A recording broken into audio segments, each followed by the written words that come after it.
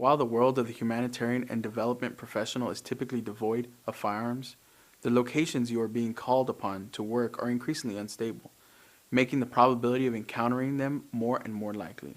Whether in the hands of a private security company employee, a member of the host nation military, adversarial forces, or a community member, weapons are more common in many of the areas you are working. The goals of this module are to familiarize you with several of the world's most common weapons, to provide you with guidance on what to do if you encounter a weapon, and to introduce you to the concept of situational awareness when in the field.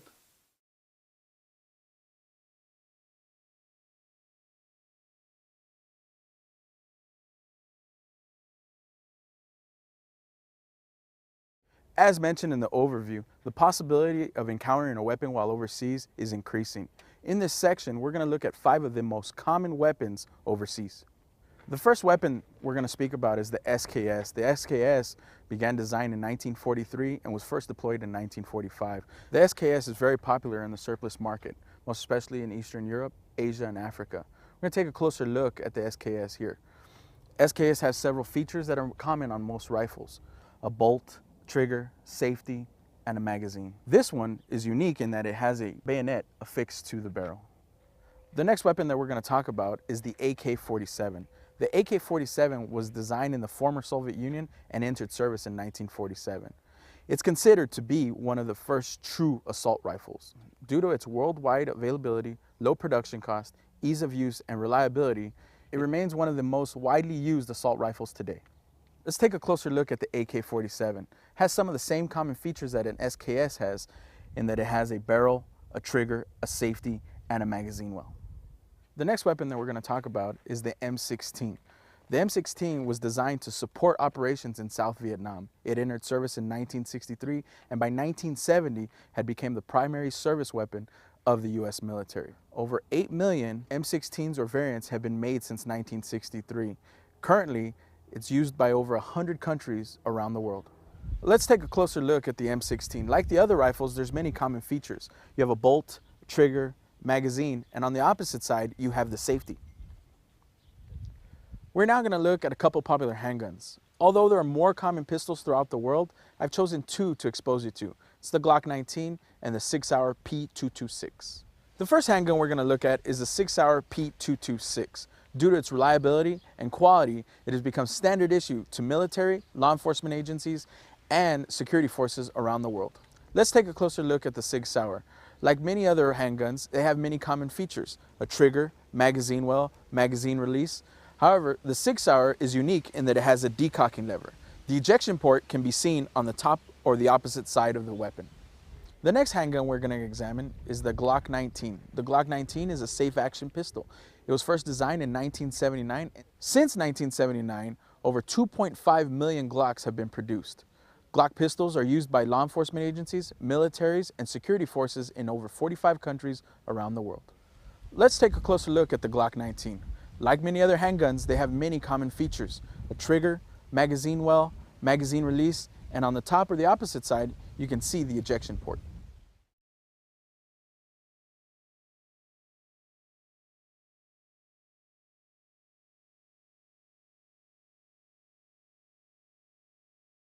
When working in a country where armed security providers are used, it is not unlikely to be with them and their complement of weapons.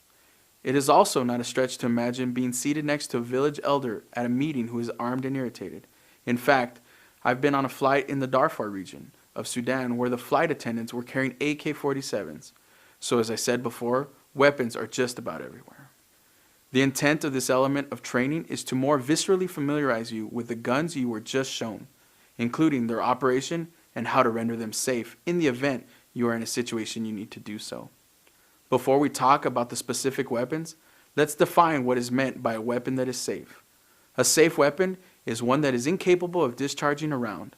There are various ways to ensure a weapon is safe, and we will talk about them. The simplest and most effective way to ensure that you do not inadvertently discharge a weapon is to not touch it. Simple. If it is not touched, it will not do anything other than lay there. What we will talk about, though, is the situation you find yourself in that for your safety or the safety of those around you, you must handle a weapon. There are 3 main tenets to adhere to when you encounter and choose to handle a firearm. 1. Assume that it is loaded. Unless you've checked and verified it for yourself, you have no way of knowing for sure. Additionally, do not drop a loaded firearm, as there's a chance it could fire. 2. Do not put your finger on the trigger. It's only there to make the gun fire, and that is most likely not what you want to do. 3. Do not point it at anything you do not wish to shoot. Seriously, unless you intend to kill it, don't point a gun at it.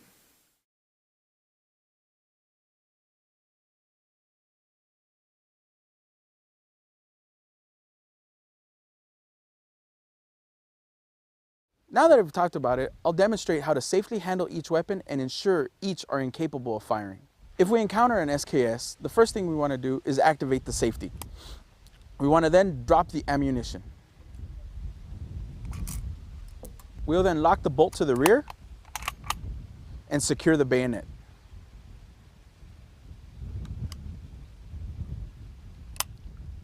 The SKS is now incapable of firing. If you were to encounter an AK-47, the first thing you want to do is activate the safe. Drop the magazine and lock the slide to the rear. Now the AK-47 is incapable of firing. If you were to encounter an M16, the first thing you want to do is locate the safety and activate it. You then want to drop the magazine and lock the slide to the rear. Now you want to visually inspect the chamber and ensure there are no rounds left. Now the weapon is incapable of firing. Let's take a closer look at the 6-hour P226. If you were to encounter 6-hour, you want to first activate the decocking lever. Drop the magazine and lock the slide to the rear. Visually inspect the chamber. Now the weapon is incapable of firing. If you were to encounter a Glock 19, you want to make sure you keep your finger off the trigger since the safety is built into the trigger. Drop the magazine, lock the slide to the rear, visually inspect the chamber. Now the Glock is incapable of firing. So to sum it up, the safest weapon is the one that you do not handle. But in the event you choose to, assume that it is loaded. Don't put your finger on the trigger and don't point it at anything you do not intend to shoot. To make it safe, engage the safety if there is one. Remove the magazine. Lock the slide to the rear, then physically inspect the chamber. Remember, while the intent is to leave the guns to the professionals, it is certainly possible that you may need to, at some point during your time overseas, handle one. Knowing what to do will provide you the comfort level needed to do so safely.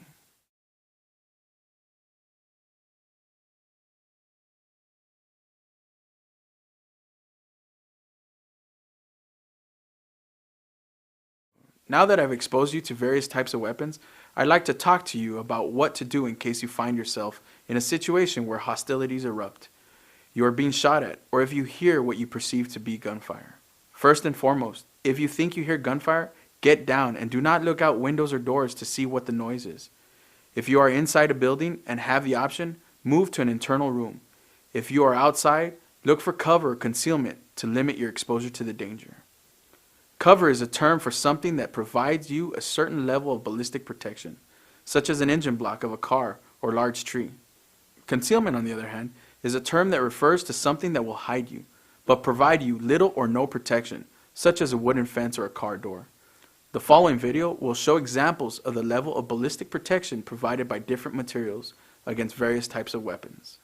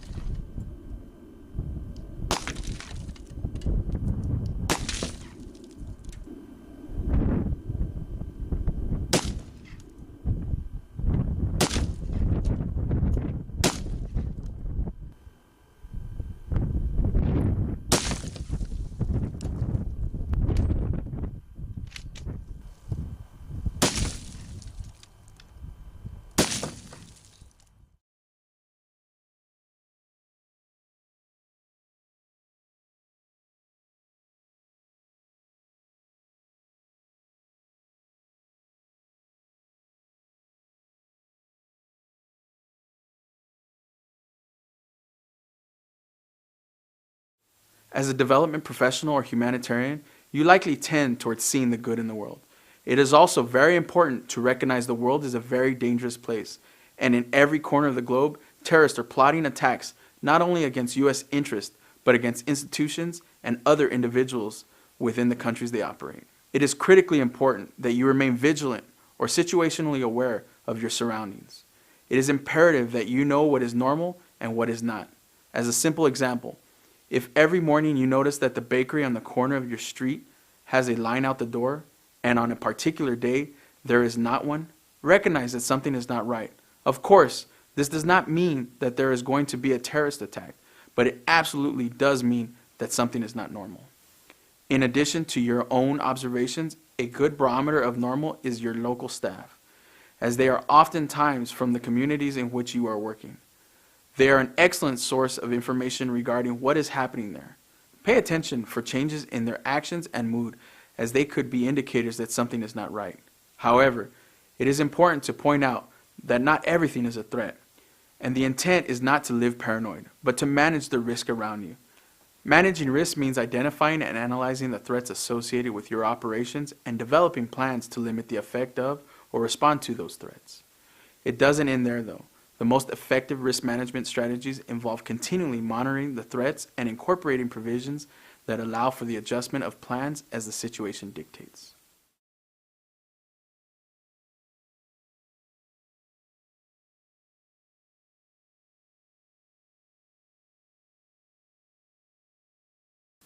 While this module has focused on the challenges of working abroad, it is important to recognize that being situationally aware benefits you at home as well. By knowing your surroundings and what is normal, you can proactively prepare for or more effectively respond to any type of event.